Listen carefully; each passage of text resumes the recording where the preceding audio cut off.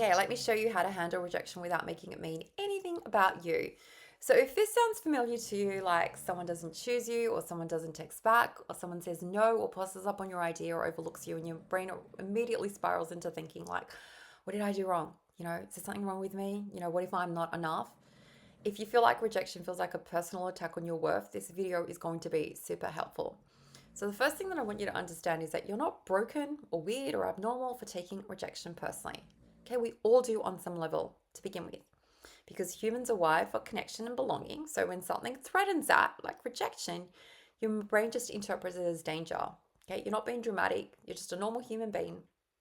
But guess what? Like, you can actually learn to respond differently to these events when you feel like you're getting rejected, even if it feels totally impossible to you right now. So let's break down what is actually happening inside your brain. So, like I said, I alluded to the evolutionary wiring, your brain. Okay, we were built to be, to keep us in the tribe. We wanted to be in that tribe. And rejection thousands of years ago literally meant like you're kicked out of that tribe, um, decreased safety, and you're probably going to be eaten up by the lions, whatever ate up all the cavemen.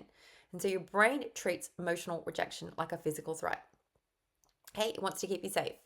The next is like, how did we grow up when we were kids? If you grew up around criticism or emotional like inconsistency, you felt like you had to earn someone's love. Rejection might feel like a confirmation of a belief that you learned really early on. Like, well, if I'm not chosen, it must be my fault, or some reflection on my character or my worth, which is obviously not true, but that's what we learned as kids. Or the other thing is the way that we're thinking about those events. If a rejection happens, okay, which they will for all of us, if your brain is automatically thinking or thoughts into your mind saying, well, I'm not good enough, they don't want me, I failed.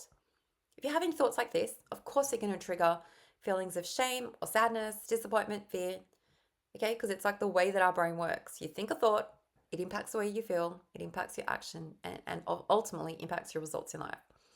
And so whenever you're thinking thoughts that are, causing you to think and experience negative feelings, it's going to lead to, like, remember, thoughts are going to impact your feelings, which impact your actions. And that's why it leads to withdrawing or people pleasing or shutting down or overworking to prove yourself. But the problem is not the rejection. Okay, it's a meaning that your mind attaches to. And I want you to change the way that you view rejection. And so here's going to be like a game changing shift. I want you to consider from here on that rejection is just feedback about that compatibility for you, timing, or alignment. Absolutely, it has no measurement of your worth. Sometimes you're not being rejected, you're just being redirected to something different. Okay? Or if you've been, if you were pulled away from something, like maybe you were pulled away from something that was not meant to be for you, just so something better has room to enter instead. Okay? Because someone else's no isn't like, doesn't mean that you have to ultimately reject yourself. It could indeed be making space for something new. Can you see this is just a little mindset shift? Okay? That rejection is leading to redirection that could ultimately serve you better. But stick with me, because the part that I'm going to share with you next is ultimately going to change the way that you interpret rejection forever. Now, all rejection does is provide information. I always say, like, data. Put on your detective hat. Okay? Rejection tells you maybe someone else's preferences, or their capacity, or their timing, or their priorities, or their perception based on their world, not yours. It doesn't say anything about your value. Okay, it's like when they talk about, like, you can be the best orange and people could like apples. Their taste is not your truth, and they get to choose whatever they want. But their rejection often has nothing to do with you. Okay, people reject things all the time for reasons that have zero connection to quality or worth. Maybe they're stressed, overwhelmed, insecure, distracted, not ready, limiting their capacity. Maybe they're not even your person. Okay, but most people are thinking about themselves ultimately, not evaluating you. And the third little insight is understanding that rejection will ultimately create space. Okay, what if we thought of rejection as the best thing that could happen to us when it does? It's too late. If it's happened, I'm not talking about wishing it upon us, but if it happens, how can we choose to look at it differently? And the most part that people overlook is that every no actually frees up more time, energy, and attention and emotional space for you, for something to enter that is maybe potentially more aligned. Because if the other thing was actually aligned with you, you would have got it. But if you didn't, okay, it's making room for something that's more aligned for you. Okay? But when you view it through this lens, your life's not falling apart. It means nothing about you. It's simply one door closing so another one can be opened. The right one can be opened for you. Now, of course, projection is going to hurt the most when you use it as evidence against yourself. So stop doing that. Okay, stop doing that. Instead, you can say, just tell yourself, their no doesn't mean anything about my value. I don't actually need everyone to choose me. A redirection is still progress, could lead to something so much more amazing. And what's meant for me won't require me to beg. I can feel disappointed without telling myself a painful story about this. And I never, ever, ever, ever have to reject myself just because someone else did. Okay, start to look at it in a neutral way. So the next time rejection comes your way, which I'm sure it will because it happens to all of us, the best of us, try this like little step-by-step process. Pause your reaction. Before you spiral, go out of control, just take a deep breath. Okay? And just pause in that moment. That event happened, but now you're going to just state the facts. Okay? Don't add a little storytelling. It's just like someone said no, someone didn't reply, someone else got the job, whatever. No adjectives, no drama, just the facts. And then you separate the story from the facts. Okay? Because you're going to notice that your brain is going to want to add all these other little bits to it. You know, I didn't get that job, and it means I'm not good enough. They don't like me. I'll never get another chance. Okay? Those little thoughts, those little stories that you tell yourself are not serving you, and they're not truths either. And so you can choose to label it. That is just a story that my brain is offering me. Okay? And I can tell myself a different story. And that's the next step. Choose a kinder interpretation of that event. What else could be true here? Okay? Maybe we weren't a good fit. Okay? That could be true. Maybe another opportunity is meant for me.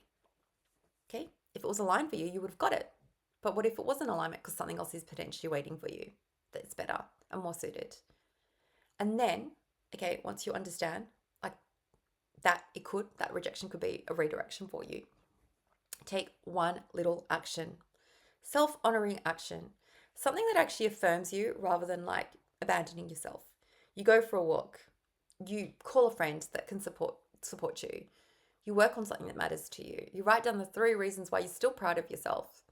Because I've always understood obstacles, challenges, failures, stepping stones, like all of those are part of being a human. And you can't always control who says yes. Of course we can't. But you can control the way that you treat yourself after someone says no.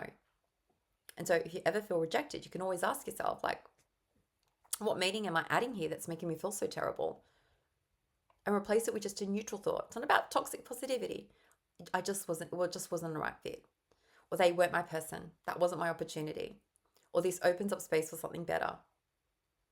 Okay, it's just a sentence. But of course it can be true. How is it any more or less true that they were my person? And how would saying something that makes you feel trucker about yourself serve you? So I want you to know, like, to grow into the person that you're meant to be in this world, it's not about being afraid of rejection, you know, because you have this expectation that you're never going to experience it. You will experience it, but you have the option using these like strategies to learn that it doesn't define you. Consider it a stepping stone. Trust yourself more than you fear other people's opinions. And if you want more support around your mindset and handling life with more clarity and less self-doubt, I definitely recommend that you check out my free guide. It's 5 thought shifts that will help you get out of your own way. It's in the description below. But in a nutshell, rejection is never about you. It doesn't mean that you're unworthy. It doesn't mean that you're a failure. Okay, it's just information, data, redirection, and sometimes protection. And the only real danger is like if you take someone else's no and turn it like into a no against yourself. But you deserve to walk through life, knowing that just because someone might have technically rejected you, it doesn't ever mean that you have to reject yourself. Have your own back. Be your own best friend. And understand that something potentially better is waiting for you, because when one door closes, you're going to soon discover that a new one will open up very soon. Okay, take care. I can't wait to catch you in the next video.